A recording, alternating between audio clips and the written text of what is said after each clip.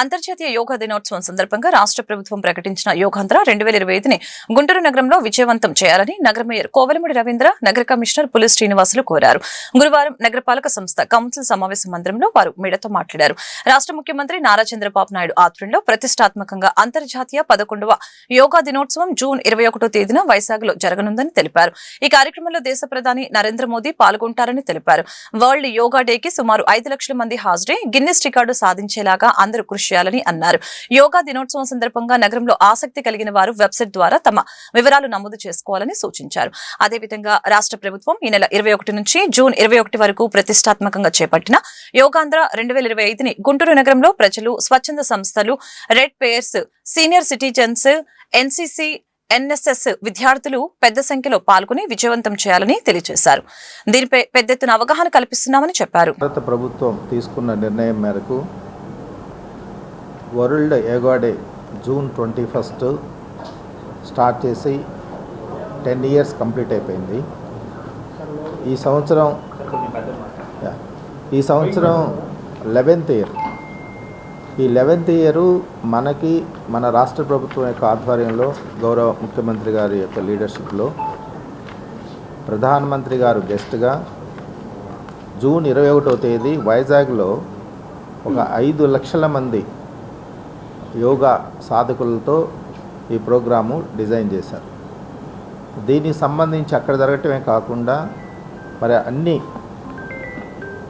జిల్లాల్లో జిల్లా head quarters, మండల హెడ్ క్వార్టర్సు, అట్లనే గ్రామ స్థాయిలో ఈ ప్రోగ్రాము ఒక నెల రోజుల పాటు చేయాలని చెప్పేసి రాష్ట్ర ప్రభుత్వం నిర్ణయం తీసుకుంది.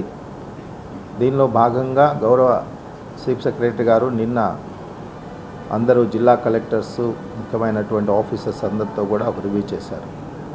ఇప్పటి వరకు గవర్నమెంట్ నుంచి ఉన్నటువంటి ఇన్స్ట్రక్షన్స్ ప్రకారం ప్రతి జిల్లాలో ఈ ప్రోగ్రాము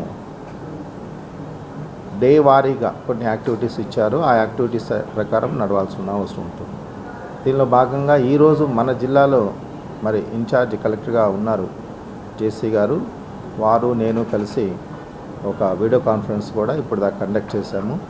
మండల స్థాయి వరకు కూడా ఇన్స్ట్రక్షన్స్ ఇవ్వడం జరిగింది. అట్లనే యూఎల్బీస్ అన్నిటికీ కూడా. అయితే దీన్ని దృష్టిలో పెట్టుకొని మన గవర్నమెంట్ ఇన్స్ట్రక్షన్స్ ప్రకారం మన గుంటూరు నగరపాలక సంస్థ పరిధిలో మనం ఎలాంటి యాక్టివిటీస్ టేకప్ చేయబోతున్నాము, దానికి కార్యాచరణ ప్రణాళిక ఎలా ఉంటుందనే దానికి మీ అందరికీ కొంత బ్రీఫ్ చేయాలని ఈ ప్రెస్ మీట్ ఏర్పాటు చేశాము. దానికి గౌరవ మేయర్ గారు కూడా పార్టిసిపేట్ చేస్తున్నారు. వారికి అభినందనలు తెలియజేసుకుంటూ, ముఖ్యంగా దీనిలో ప్రజలు ఎవరైతే ఈ ప్రోగ్రాంలో అభ్యాసకులుగా పార్టిసిపేట్ చేయాలనుకుంటున్నారో వారందరూ కూడా మరి ఒక వెబ్సైటు గవర్నమెంట్ ప్రొవైడ్ చేసింది. ఈ వెబ్సైట్లో వాళ్ళు రిజిస్టర్ చేసుకోవచ్చు. రిజిస్టర్ చేసుకుంటే వాళ్ళకి మొబైల్కి కూడా ఒక మెసేజ్ వస్తుంది సక్సెస్ఫుల్గా రిజిస్టర్ అయినట్లు. వాళ్ళు ఎక్కడ ఏ ప్లేస్లో వాళ్ళు పార్టిసిపేట్ చేయాలనుకుంటున్నారు, అంటే గుంటూరా లేకపోతే సమ్ అదర్ ప్లేసా, ఎట్లాగైనా సరే ఏదైనా ఒక రిజిస్ట్రేషన్ అయితే. ఇంతకుముందు యునైటెడ్ నేషన్ 2014లో జూన్ 21 వచ్చి వరల్డ్ యోగా డేగా డిక్లేర్ చేసింది. ఇప్పుడు ఆల్మోస్ట్ 10 ఇయర్స్ అయిపోయింది. ఇప్పుడు 11th ఇయరు మొన్న గౌరవ ప్రధానమంత్రి గారు నరేంద్ర మోడీ గారు ఆంధ్రప్రదేశ్ నూతన రాజధాని శంకుస్థాపనకు వచ్చిన సందర్భంలో ముఖ్యమంత్రి గారిని కోరారు.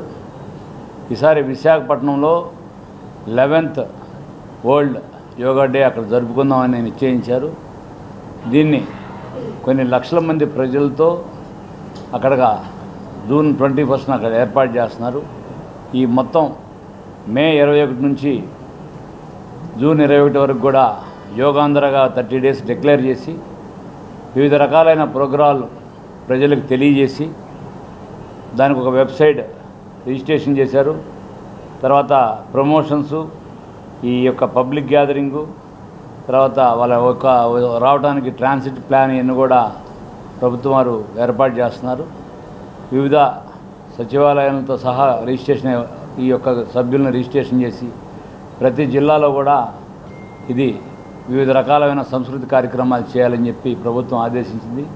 దానిలో భాగంగా ఇవాళ గౌరవ కమిషనర్ గారు శ్రీనివాస్ గారు గుంటూరులో రానున్న కాలంలో ఈ గత 20 రోజుల్లో ఏ విధంగా పబ్లిసిటీ కానీ యోగా గురించి ప్రజలకు తెలియజేయడంలో కానీ ఇక్కడ జరుగుతున్న సాంస్కృతిక కార్యక్రమాలు ఏ విధంగా చేయాలని కానీ ఇప్పుడు మీడియాకు వివరించారు.